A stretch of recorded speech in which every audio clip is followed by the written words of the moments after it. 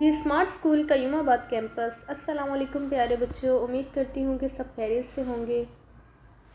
खुशामदीद प्यारे बच्चों, आज हम पढ़ेंगे जमात अव्वल उर्दू की पहली किताब। जैसा कि हमने अपनी पिछली वीडियो में सबक मोनी की शरारत का सफ़ा नंबर 21 पढ़ा था, आज हम पढ़ेंगे सबक मोनी की शरारत सफ़ा नंबर 22 और 23। मकासद, बच्चे सबक के अख्ताम तक इस काबिल हो जाएंगे कि किताब की पढ़ाई जोड़ियों में करें।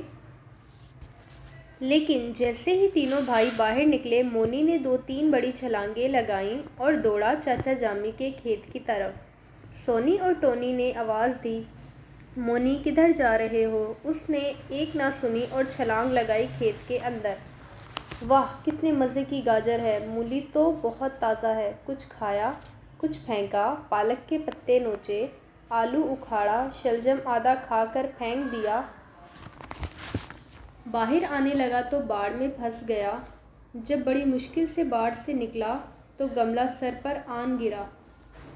तो प्यारे बच्चों, जैसा कि हमने सफ़ा नंबर 21 में भी पढ़ा था कि मोनी अपनी अम्मी से वादा करता है कि वो चाचा जामी के खेत में नहीं जाएगा, लेकिन वो अपना वादा पूरा नहीं करता और चाचा जामी के खेत में चला जाता है। क्या सोनी और टोनी भी इसके साथ चाचा जामी के खेत में जाते हैं? नहीं, मोनी अकेला ही चाचा जामी के खेत में चला जाता है। मोनी को वहाँ कौन कौन सी सब्जियाँ नज़र आती हैं? गाजर, मूली, पालक, आलू और शलजम।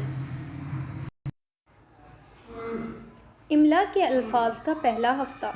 तो प्यारे बच्चों, आप सब ने इमला के अल्फाज को अच्छे तरीके से याद कर लेना है। पहला, अस्सलामु अलैकुम। दूसरा, वालेकुम अस्सलाम। तीसरा, मीठी मीठी। चौथा, नवासे। पांचवा, सजदे।